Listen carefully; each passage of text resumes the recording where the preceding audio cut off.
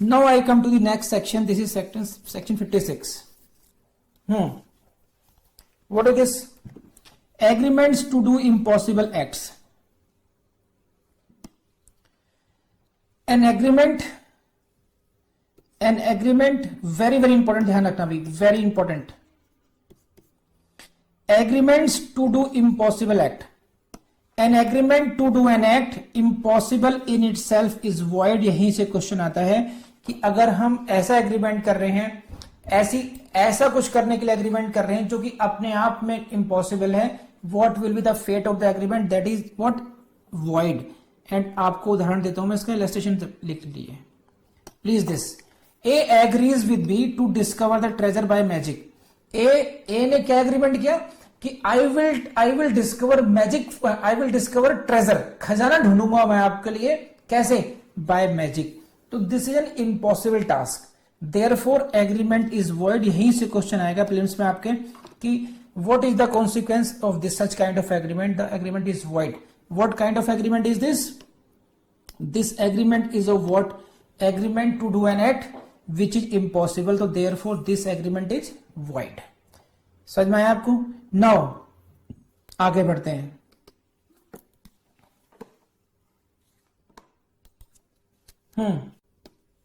Next para. Contracts to do act afterwards becoming impossible और unlawful. दो बातें हैं. एक ऐसा एक्ट करने के लिए एग्रीमेंट हुआ जो कि बाद में इम्पॉसिबल हो जाता है या फिर वो अनलॉफुल हो जाता है. समझिए क्या है. एक contract to do an act, एक contract to do an act which becomes impossible. कब? After the contract is made. ये ध्यान रखना. एक ऐसे कॉन्ट्रैक्ट के बारे में बात कर रहे हैं. You are contracting, you have entered into valid contract. when you agreed, this was a valid contract, this is the contract. तो you contract to do an act. आपने किसी कार्य को करने के लिए एक कॉन्ट्रैक्ट किया. देन क्या हुआ? After the contract is made, उस कॉन्ट्रैक्ट को एंट्री करने के बाद में, उस कॉन्ट्रैक्ट में एंटर करने के बाद में, दैट एक्ट बिकम्स इम्पॉसिबल. वो कार्य अपने आप में इम्पॉसिबल हो जाता है, असंभव हो जाता है. ठीक है. एक तो बात यह हुई कि बीइंग इम्पॉसिबल होना. दूसरी बात क्या है? और by reason of some event it becomes unlawful. ये क्या हो जाता है? अनलॉफुल हो जाता है. This contract, that act becomes unlawful. कैसे? By reason of some event, किसी घटना के कारण. कौन सी घटना? Which the promisor could not prevent. Promisor के हाथ में नहीं था. Preventer, this promisor could not prevent that, and because of that event that act becomes unlawful. In both cases, this agreement becomes void. This contract becomes void when it becomes impossible or unlawful.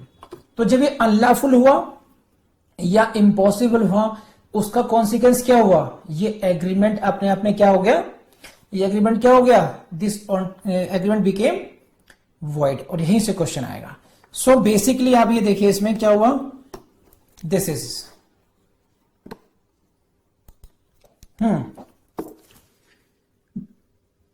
contract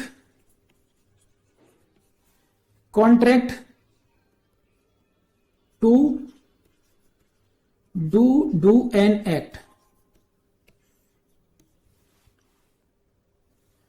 This act was valid at the time of contract, but it becomes impossible or it becomes unlawful. Then this contract becomes void. जब ये impossible हो जाएगा तो contract void हो जाएगा. जब ये unlawful हो जाएगा तो ये contract वॉइड हो जाएगा, इसे कहते हैं बिकम्स वॉइड। बोलो हाँ या ना, समझ में आया या नहीं आया बताइए मुझे। इसमें खास बात क्या है उसको देखिए पहले भी। यहाँ पे ये जो अनलॉफुल वाली बात है इसको देखिए, this act becomes unlawful by reason of some event which the promisor could not prevent. ये भी ध्यान रखना, ये जो अनलॉफुल हुआ इसको समझने के लिए इलस्ट्रेशन देखिए आप जरा पहले। This is the illustration B पर आइए पहले, B illustration B. A and B contract to marry each other. क्या प्रॉमिस करते हैं एक दूसरे से? एक दूसरे के साथ विवाह करने के लिए प्रॉमिस करते हैं। And before the time fixed for marriage A goes mad. A पागल हो जाता है, ठीक है। तो in this case the performance became impossible. समझ रहे हैं आप ये? So in this case when the contract was entered into, जब कॉन्ट्रैक्ट किया गया वो परफेक्ट कॉन्ट्रैक्ट था, but it became that act was marrying each other, that act became impossible. Why? Because one of the party to the contract became mad. तो क्योंकि एक व्यक्ति पागल हो गया, इसलिए जिस कार्य के लिए कॉन्ट्रैक्ट हुआ था शादी करने के लिए, वो कार्य ही अपने आप में इम्पॉसिबल हो गया। इसलिए इस कॉन्ट्रैक्ट को हम क्या कहेंगे? Becomes void. ठीक है, बिकम्स वॉइड यानी कि ये पहले वॉइड नहीं था, अब इट बिकम्स वॉइड, अब ये वॉइड हो गया। ठीक है, दिस इज। नेक्स्ट पर आइए,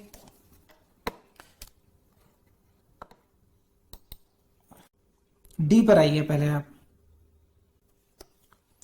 ए contract to take in cargo for B at a foreign port. A contract with B, क्या कॉन्ट्रैक्ट करता है कि वो उसका कार्गो ले जाएगा फॉरेन, एक विदेशी बंदरगाह पर। As government afterwards declares war, A की सरकार ने बाद में युद्ध की घोषणा कर दी।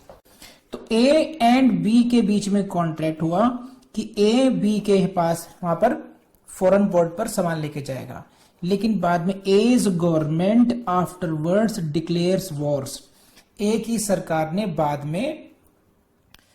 में युद्ध की घोषणा कर दी against the country in which port is situated. जहां पर सामान लेके जाना था, जिस बंदरगाह पर, उसके सरकार उस देश के विरुद्ध अब युद्ध घोषित कर दिया गया। This contract becomes void when the war is declared, because now the such contract, वो अपने आप में इस कॉन्ट्रैक्ट वहां पर जो ट्रेड अप करना चाह रहे हैं वो ही अनलॉफुल एक्टिविटी में आ गया, बिकॉज ऑफ द वॉर। तो समझे, ये हुआ अनलॉफुल होने का, becoming unlawful. Now this agreement between the two enemy nations become void. कर लेंगे आप लोग। तो ये हुआ आपका डी इलस्ट्रेशन। पहले वाले बारे में क्या था? फर्स्ट पैराग्राफ में 56 का पैरा 1 क्या था? पैरा 1 था an agreement to do an impossible act. ये था इनिशियल इम्पॉसिबिलिटी का केस था। This paragraph 1 is dealing with what? Agreement to do an act impossible in itself. ये फ्रॉम बिगिनिंग इम्पॉसिबल है, इसके लिए हमने कहा कि वॉइड हो गया। दूसरे वाले पैराग्राफ में क्या? इनिशियली इम्पॉसिबिलिटी नहीं था वो, लेकिन सब्सिक्वेंट इम्पॉसिबिलिटी हुई उसमें। Subsequent to, after the contract is made, therefore it becomes impossible, therefore it becomes void, or it becomes unlawful, therefore it becomes void। यह है subsequent to the। सही है। now come to the next part, where one person has promised to do something, where one person has promised to do something which he knew or with reasonable diligence might have known। इसको समझिए।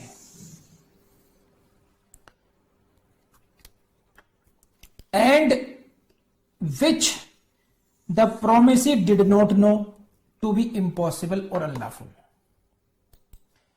when one person promise to do something, एक मैंने कुछ ऐसा काम करने के लिए प्रॉमिस किया जिसको मैं जानता था, विच he knew to be impossible, कि ये असंभव है ना, कि ये इम्पॉसिबल काम के लिए मैं प्रॉमिस कर रहा हूं, या ये अनलॉफुल काम है तब भी मैं प्रॉमिस कर रहा हूं। एक पार्टी जानती है, दूसरी पार्टी को पता भी नहीं। For example, you go to the illustration C, this is a contract to marry B. A ने बी से प्रॉमिस किया शादी करने का, being already married to C. C is A is already married to C, A पहले से ही C से मैरिड कर चुका। So now A knows it, A knows it because the being forbidden by the law to which he is subject to practice polygamy. A जानता है कि I cannot, if I enter into second marriage, it is unlawful because polygamy is not permitted by the law to which I am subjected. I am already married. How can I marry other person? So it is in the knowledge of A, but it is not knowledge in the B. Of the B को पता भी नहीं है कि भाई साहब जो है पहले से ही शादीशुदा है। So A contract to marry B being already married to C. तो ये एक ऐसी सिचुएशन है जब एक पार्टी ये जानती है, क्या, आप पढ़ो उसको,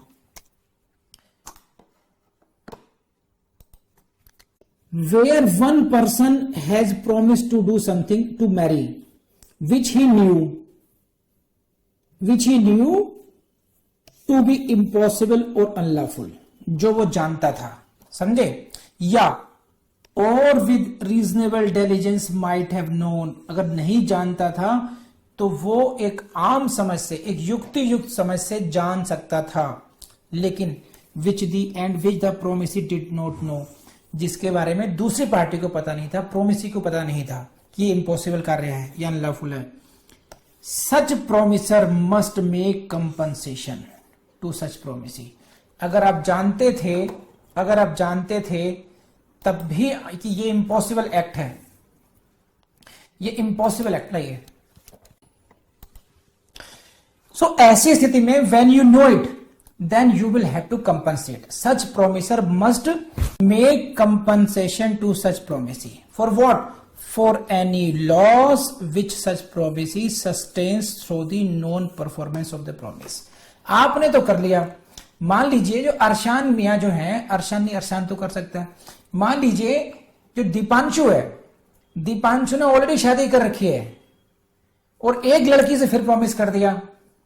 अब उस लड़की ने हजारों रिश्ते तोड़ दिए कि ना करनी है शादी, तो फिर बस दीपांशु ने प्रॉमिस किया है, लड़का बहुत भला है, अब शादी करूंगी तो बस मन से मान लिया पति। अब भाई साहब पहले से किसी के मन से हो चुके थे। Now the girl is in loss. So for any loss,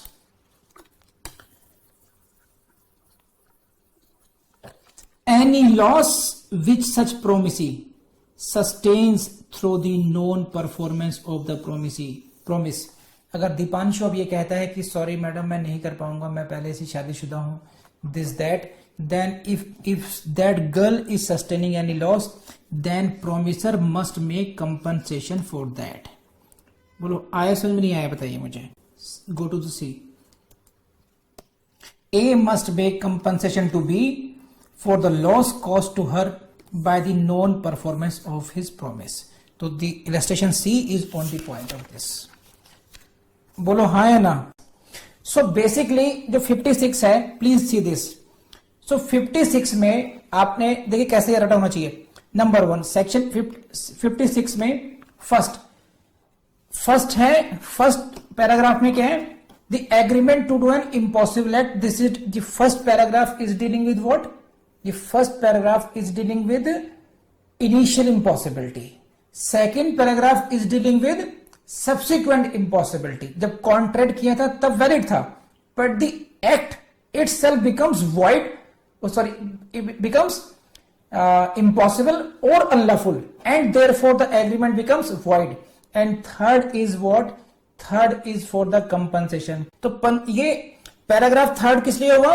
कि मैं जानता था कि मैं जिस बात के लिए प्रॉमिस कर रहा हूं वो इम्पॉसिबल है, आप नहीं जानते थे, फिर भी मैंने आपसे एग्रीमेंट किया, क्योंकि मैं जानता हूं ये बाद में वॉइड हो जाना है, लेकिन इस एग्रीमेंट की वजह से आपको जो लॉस हुआ है उस लॉस की भरपाई मुझे करनी होगी, because it is so written in section 56 para third. I believe कि अब आप कर लेंगे। तो 55 में कितने पैराग्राफ थे? 3 पैराग्राफ। 56 में कितने हुए? पैरा थर्ड हुए। तो दिस इज 55, 56। अब now I go to 57। Please go to section 57। This is the screen for you. Reciprocal promise to do things legal and also other things illegal. एक ही promise में there are something legal and there are something illegal, ऐसी situation को deal करता है 57। And please see this is where persons reciprocally promise, where persons reciprocally promise firstly to do certain thing which are legal and secondly under specified circumstances to do certain other things which are illegal। इसको समझिए। तो they are agreeing to do something legal and also something which are illegal। और इसको देखने के लिए आप पढ़िए, इलस्ट्रेशन पढ़ना, चलिए बाद में पढ़ाऊंगा, इसको पढ़िए। Then the first set of promises is a contract and the second is what? A void agreement। समझे आप? जिसके जो आप इलीगल थिंग्स को करने के लिए कॉन्ट्रैक्ट कर रहे हैं वो क्या कहलाएगा? void agreement। And first set क्या कहलाएगा? This is a contract. अब इसमें ना एक क्वेश्चन लिखिए आप, तब देखना आपको क्या मजा आता है। लिखना जरा क्वेश्चन, एक मजेदार बात है, शायद आपको समझ में आए। लिखिए, एक ऑब्जेक्टिव क्वेश्चन लिखिए, मैं भी लिखता हूं स्क्रीन पर, आप भी लिखिए। when a promise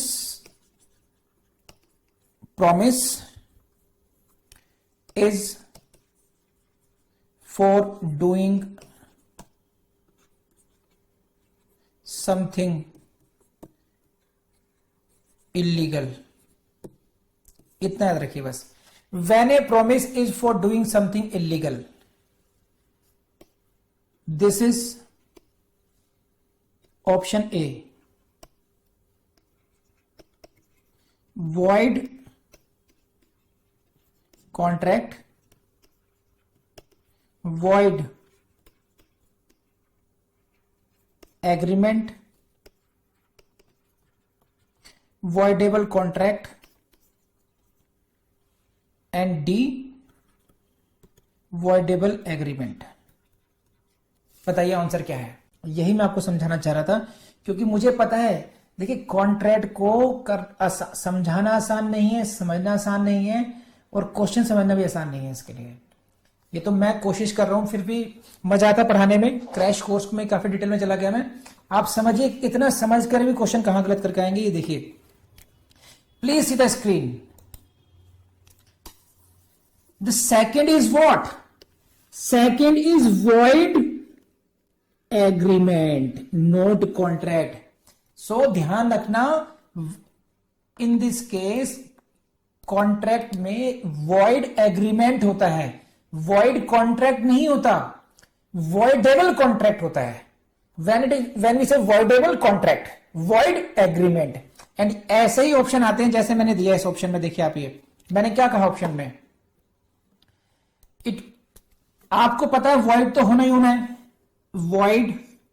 void दोनों में कॉमन था। नाउ आपको चूज करना था void कॉन्ट्रैक्ट और void एग्रीमेंट।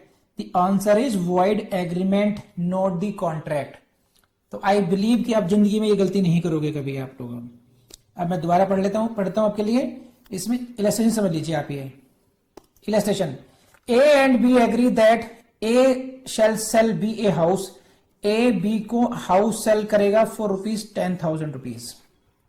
ठीक है, 10,000 रुपए में उसको अपना घर बेच देगा। But if B uses it as gambling house, अगर वो इसको जुआ घर के रूप में यूज करेगा, ही शैल पे 50,000 रुपए फॉर इट, उसको फिर 50,000 रुपए देने पड़ेंगे। तो in that case, in this case there are two sets. The first set is what? Namely to sell the house. This is a contract. This is a contract, valid contract. And the second set is for unlawful object, namely use the house for gambling. Then this is a void agreement. Section कौन सा हुआ? 57 हुआ. Come to the, this is the question for your prelims. Where persons reciprocally promise.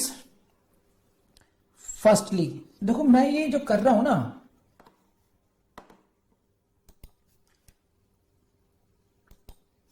हमारे गांव में कहते हैं चीत मकोड़े खींचना, लेकिन ये जो मकोड़े बनाए जा रहे हैं ना, यही बहुत हेल्प करेंगे आपकी। तो अपने जो बेयर एक्ट है उसको सुंदर रखने की चेष्टा ना करें, ठीक है। उसमें जितना हो सकता है उनको मार्क कीजिए, राउंड कीजिए, अंडरलाइन कीजिए, सो दैट आपको आइडिया हो। जैसे इस क्वेश्चन को जैसे मैंने पढ़ा फर्स्टली और सेकेंडली आएगा, ये लैंग्वेज से मैं समझ जाऊंगा कि ये एग्जामिनर पहुंच गया सेक्शन 57 में, कि ये फर्स्टली सेकेंडली लैंग्वेज 57 में यूज की जाती है। इस तरीके से भी चीजें याद रहती हैं। एंड जो ऑफलाइन के स्टूडेंट्स यहां पर हैं, this is task for them. ये मैं आप लोगों से सुनना चाहता हूं जैसे दो का पहाड़ा, बस घुटे होने चाहिए सारे सेक्शंस, बिल्कुल जवान पर आपके ये। हाँ साहब। So where persons reciprocally promise, firstly to do certain things which are legal, secondly under specified circumstances to do certain other things illegal, then first set of promise is a contract but the second is what? Agreement. कर लेंगे आप लोग?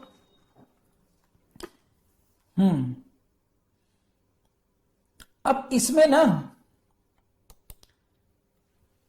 अगर मैं आपसे बहुत technically पूछ लूं ना, और आपने ढंग से नहीं पढ़ रखा है, सेक्शन 24 पढ़ा आप लोगों ने कॉन्ट्रैक्ट का? बताइए मुझे कितने लोग जानते हैं सेक्शन 24?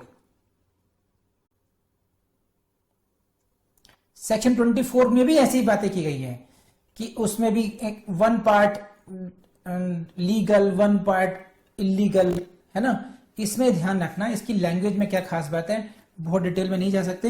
देखिए इसकी लैंग्वेज को पढ़ना दोबारा। एंड दी सेकेंडली 57 में जो बात कही गई है, secondly under specified circumstances to do certain other things which are illegal. कुछ खास हालातों में, बस ये जो इस लैंग्वेज को समझ लेना, अगर ये फ्रेज आया तो सेक्शन 57 होगा, बस ये ध्यान रखना, और ज्यादा डिटेल की जरूरत नहीं है इसमें। Come to section 58। तो I hope you like the class, लेकिन मुझे पता कैसे चलेगा आपने लाइक किया नहीं किया? बताइए। आपको लेक्चर पसंद आया? जितने एफर्ट्स मैं लगा रहा हूं आपके साथ, मुझे पता कैसे चलेगा? आप मुझे बताइए। मुझे पता चलेगा उससे कि आपने लाइक का बटन दबाया नहीं दबाया, आपने उसमें कमेंट किया या नहीं किया, बस इन दोनों से पता चल जाएगा।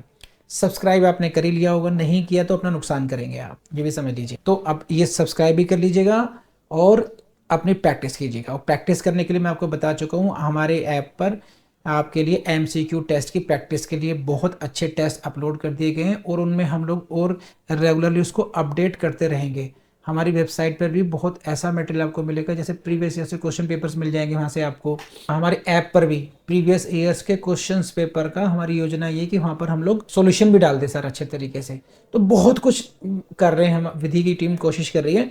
तो आप लोग विधि जुडिशियल एकेडमी की वेबसाइट और उसके ऐप को एक्सप्लोर करना नहीं भूलें। Thank you very much.